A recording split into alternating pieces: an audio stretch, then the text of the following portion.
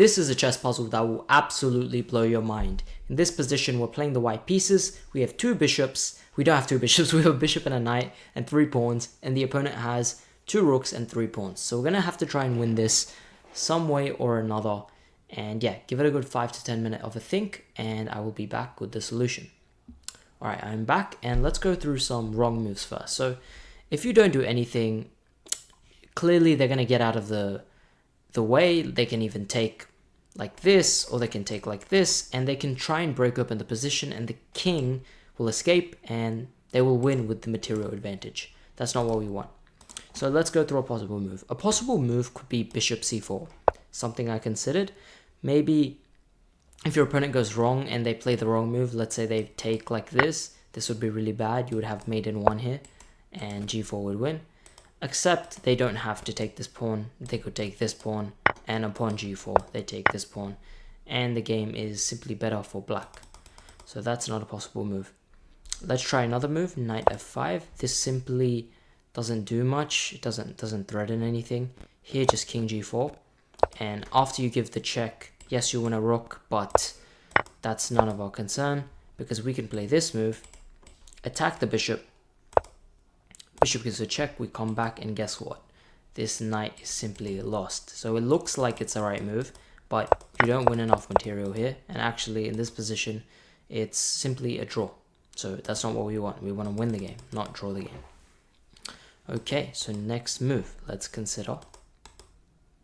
Maybe you thought king g7, here's simply rook c2, and there's just nothing here. So this leads to the move which sets up a type of trick. And the correct move is knight e8. What's the idea of knight e8? Well, they want to give a check on g7.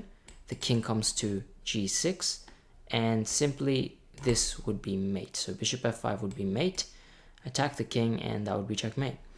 So how can they prevent this? So for example, we do nothing. Knight g7, king g6, bishop f5. This is simply checkmate. Now, they prevent this by, so knight e8, so here, oh yeah, so they have to go king g6 essentially, and the point of king g6 is to make this no longer a check and this no longer a mate. So they play here h5, sorry, so they play h5 here, and what's the point? If we play knight g7 with the same idea, this doesn't work. Now f5 and they escape. So here, if we take, they run the king, and this is not winning. So you have to give this check. So you have to give this check in this position. Now, rook takes is the only move. If they take with the king, knight g7, king comes back, and this is still mate. So they have to take with the rook. So what do we do here? Now it looks like we're losing.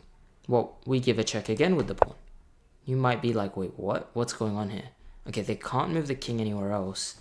They have to take with the rook, only move.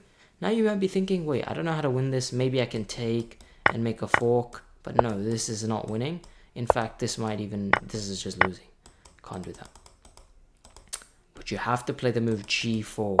The brilliant move g4, attacking both rooks. And guess what? If they could pass on the move, they probably, it would still be checkmate. But they have to make a move here. And they have to move one of the rooks. If they move this rook over here, it gets, we'll see what happens. So if they move this rook, this is pretty bad. We just have mate. And now if they move the other rook, now we simply play bishop f5. We don't take. That would be a mistake. It would allow the king out. We play this move bishop f5. They take. Now we play another brilliant move, knight g7. And guess what? They have to move one of the rooks. Whichever rook they move, we take the other one, and it's mate. They move one of the rooks, we take the other. They move this rook, and we take the other. And this is checkmate. So I hope you guys enjoyed this chess puzzle. It's one of the craziest ones I've ever seen. And yeah, leave a comment if you have any other thoughts or think there's another solution to this puzzle. Leave a like if you enjoyed, and subscribe for more puzzles like this.